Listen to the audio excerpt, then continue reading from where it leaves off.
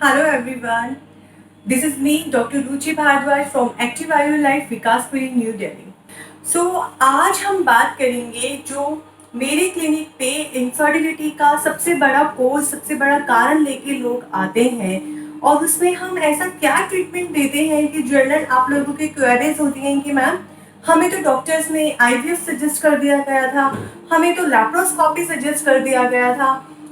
आपने ऐसा क्या पेशेंट को दिया जो आपके पेशेंट की बिफोर एंड आफ्टर की रिपोर्ट्स में ट्यूबल ब्लॉकेज सॉल्व हो गया है, या ट्यूब्स में जो पानी था हाइड्रोसल्फिन इन्फेक्शन वो दूर हो गया है, या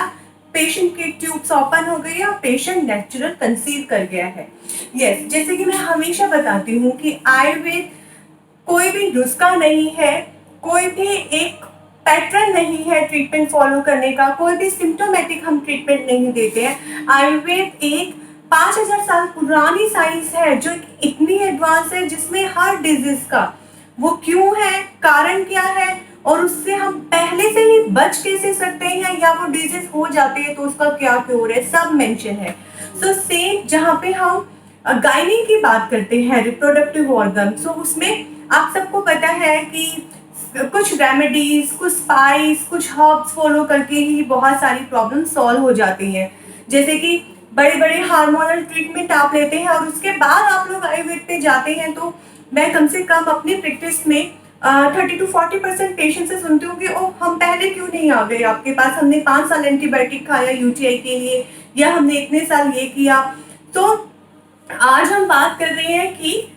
जो मैं जिसके बारे में हमेशा आपको बताती रहती हूँ कि ट्यूबल ब्लॉकेज, जो कि इनफर्टिलिटी का 50 to 60% जिसमें जो कहते हैं कि कारण होता है, उसमें हम क्या ट्रीटमेंट देते हैं। यस, सबसे पहले अगर आप लोगों ने हमारे चैनल को सब्सक्राइब नहीं किया, लाइक नहीं किया, तो प्लीज डू दिस। एंड अगर आपका जो भी मैं बता रही हूँ उससे रिलेटेड कोई भी क्वेश्चन है, कोई भी क्वेरी है, आप लोग कमेंट बॉक्स में पूछ सकते हैं, हमें हमारी मेल आईडी पे मेल कर सकते हैं और हमारे व्हाट्सएप पे रिपोर्ट अपनी सेंड कर सकते हैं, एंड सेम हमारे फेसबुक पेज पे मैसेंजर के थ्रू हमें मैसेज कर सकते हैं।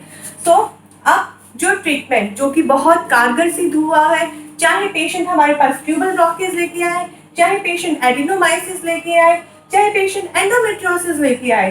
पेशेंट रिकरेंट अबॉर्शन का है तो भी बहुत कारगर सिद्ध हुआ है वो ट्रीटमेंट, यूरिनरी ट्रैक्ट इन्फेक्शन में वो ट्रीटमेंट बहुत कारगर सिद्ध होता है, फाइब्रॉइड्स का साइज कम करने में और धीरे धीरे फाइब्रॉइड को रिजॉल्व करने में वो ट्रीटमेंट बहुत सक्सेस है। उस ट्रीटमेंट का नाम है आयुर्वेदा उत्तर बस्ती। अगर मैं इसको हिंदी में भी लिख रही हूँ, उत्तर बस्ती। जनरली आप लोगों की क्वेरीज होती है, मैम इस ट्रीटमेंट में आप ऐसा क्या करते हैं कि ट्यूब्स ओपन हो जाती हैं। यस, ये ट्रीटमेंट जो है टोटल नॉन सर्जिकल प्रोसेस होता है विद स्टेरिलाइजेशन होता है, जिसमें कि किसी तरह का कोई पेन नहीं होता और बहुत ही कम टाइम टेकिंग होता है। यानी कि जब आप डॉक्टर के पास या हमारे सेंटर पे आते हैं, विद इन आप 1 आवर में आप फ्री हो जाते हैं और आप अपना वापस से घर जा सकते हैं। अब हम क्या करते हैं कि जो हमारे फीमेल का रिप्रोडक्टिव ऑर्गन है, उसमें हम यूट्राइन कैविटी से आईयूआई कैनुला जो कि बहुत सारे फीमेल थेरेप्यूटिक ट्रीटमेंट्स में यूज होता है, पेशेंट को हम कैनुला की हेल्प से पेशेंट को कुछ मेडिसिन डालते हैं। वो मेडिसिन हमारी यूट्राइन कैविटी से होती हुई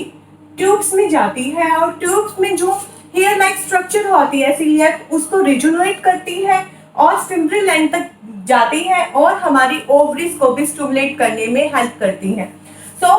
जैसे कि मैंने बताया कि इस प्रोसीजर को हम विद स्टेरिलाइजेशन कुछ इक्विपमेंट्स की हेल्प से करते हैं, जिसमें पेशेंट को बिल्कुल भी पेन नहीं होता और यूट्राइन कैविटी से आईयूआई कैनुला की हेल्प से मेडिसिन गई और हमारी ईटी से होती हुई यानी कि एंडोमेट्रियम से होती हुई ट्यूब्स में दोनों तरफ स्पिन हो गई, जो कि हमारी ट्यूब्स के रेशो को रेजोनेट करेगी, ट्यूब में एडेंशन, स्पाज्म, किसी भी तरह की ब्लॉकेज को ट्रीट करेगी। अब बात आती है कि मैम मुझे तो कॉर्नियल एंड पे ब्लॉकेज है, मुझे तो मिडल लाइन पे ब्लॉकेज है, या मुझे तो फिम्ब्रिल लाइन पे ब्लॉकेज है, जो कि बड़ा मुश्किल है खुलना। यस, जनरली आप लोगों को यही बताया जाता है कि आपकी ट्यूब्स में ब्लॉकेज है या आपके फिमरल एंड पे है, वो तो बिल्कुल ओपन नहीं होगी। लेप्रोस्कोपी सर्जरी आपको एडवाइस की जाती है और लेप्रो के बाद हम देखते हैं कि फिर से ट्यूब्स बंद हो जाती हैं। सो आपको आईवीएफ रिकमेंड किया जाता है, या फिर जैसे ही डॉक्टर को आपकी एचएसटी की रिपोर्ट मिलती है, वो आपकी रिपोर्ट देखते हैं, ट्यूबल ब्लॉकेज देखते हैं, तो सीधा आपको आईवीएफ बोल दिया जाता है कि आपकी ट्यूब्स यानी कि नली खराब है, आपको बच्चा नहीं ठहर सकता, जिसमें कि मेल का अंडा और फीमेल का अंडा मिलता है और बच्चा ठहरता है, फर्टिलाइजेशन प्रोसेस होती है, तो आपकी ट्यूब्स खराब है, आप आईवीएफ करवा लीजिए, जिसमें हम बाहर आर्टिफिशियल तरीके से बच्चा बनाएंगे, डायरेक्ट वुमेन के वूम में इम्प्लांट कर देंगे। सो ऐसा आईवीएफ प्रोसीजर से होता है जो कि आपको करने के लिए बोला जाता है। बट आप लोगों को पता है, और जैसे ही आप किसी आईवीएफ स्पेशलिस्ट के पास जाते हैं तो सबसे पहले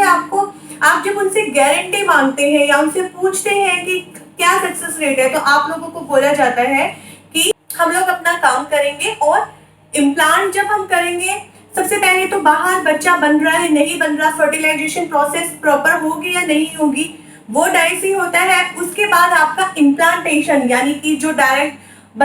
वीमेन के वूम में यूट्रस पे इम्प्लांटेशन हो जाती है, वो आर्टिफिशियल तरीके से किया जाता है, वो भी डाइसी होता है कि इम्प्लांटेशन होगा या नहीं। तो आपको 40% ही बोला जाता है कि क्या पता सक्सेस रेट हो, यानी कि 60% फेलर रेट पे आप आईवीएफ की तरफ जाते हैं। बट अगर उससे पहले आप नेचुरल या आयुर्वेद के पास आ जाए, नेचुरल ट्रीटमेंट कर ले, तो आपकी बॉडी जो हार्मोनल ट्रीटमेंट से गो थ्रू हुई है या जो सर्जिकल प्रोसीजर से गो थ्रू हुई है या जो आपने उस ट्रीटमेंट पे लाखों रुपए स्पेंड किए हैं, आप उससे बच सकते हैं। सो यस, जो आयुर्वेद में उत्तर बस्ती है वो बहुत अच्छा समाधान है ट्यूबल ब्लॉकेज का, जिसकी वजह से 40 to 60% केसेस में इनफर्टिलिटी कारण रहता है, यानी कि बच्चा नहीं ठहरता। उत्तर बस्ती एंडोमेट्रियोसिस ट्रीट करने में बहुत कारगर रहती है, जो कि हमारी जो बच्चादानी है उसके अंदर की सतह पे कुछ गांठें बन जाती हैं या वो सतह बच्चादानी से बाहर ग्रो कर जाती है। फिर रिकरेंट अबॉर्शन, यानी कि रिकरेंट अबॉर्शन का एक सबसे बड़ा कारण होता है वीक ईटी, यानी कि ये जो एंडोमेट्रियोसिस है ये ईटी होती है हमारी और ये वीक होती है। एक हेल्दी कंसेप्शन के लिए हमें 9 mm के आसपास ईटी चाहिए, एंडोमेट्रियम चाहिए होती है। बट किन्हीं कारणों से जब ये ईटी आपकी अल्ट्रासाउंड में, जब आप अल्ट्रासाउंड करवाते हैं, फॉलिकुलर स्टडी करवाते हैं, तो 4 to 5 mm तक होती है, तो इसको हम कमजोर यानी कि वीक ईटी बोलते हैं, जिसकी वजह से बच्चा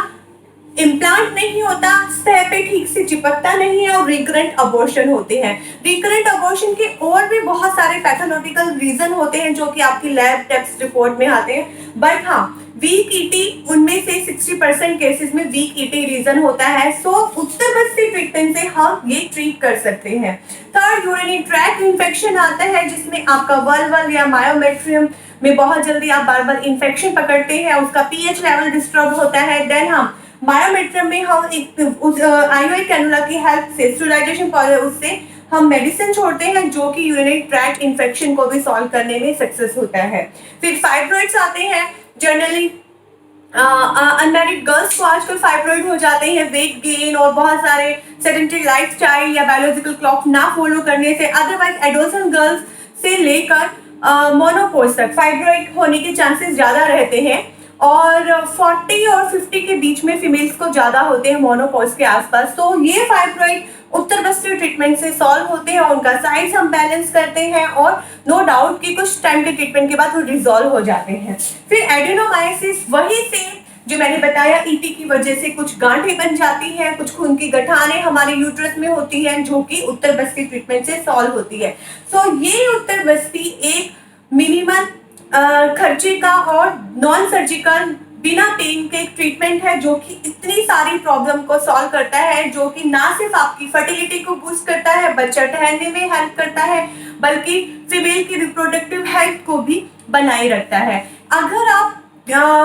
किसी भी मतलब बिजी वाली जॉब में है, एमएनसी में वर्किंग है और एक लिमिटेड टाइम आपके पास है कि मुझे इसी टाइम पे कंसेप्शन चाहिए, तो आजकल हम प्री कंसेप्शन ट्रीटमेंट, जो कि आयुर्वेद में वो भी पहले से है कि कंसेप्शन से पहले हम अपनी बॉडी को, एक फीमेल के रिप्रोडक्टिव ऑर्गन को, उसकी जर्नल हेल्थ को कैसे मेंटेन करें। सो प्री कंसेप्शन से पहले भी आप उत्तरबस्ती ट्रीटमेंट ले सकते हैं, जिससे कि अगेन आपकी इनर लाइनिंग जो है, जहाँ पे बच्चे को चिपकना है, वो उसको ताकत मिलेगी, वो स्ट्रेंथनिंग होगा, आपका पेल्विक पार्ट और आपकी जो ट्यूब्स में एडेंशन है, स्पाज्म है, वो दूर होंगे और आप प्री कंसेप्शन से पहले ट्रीटमेंट लेंगे, देन नो डाउट कि इम्प्लांटेशन आपका सक्सेस होगा। सो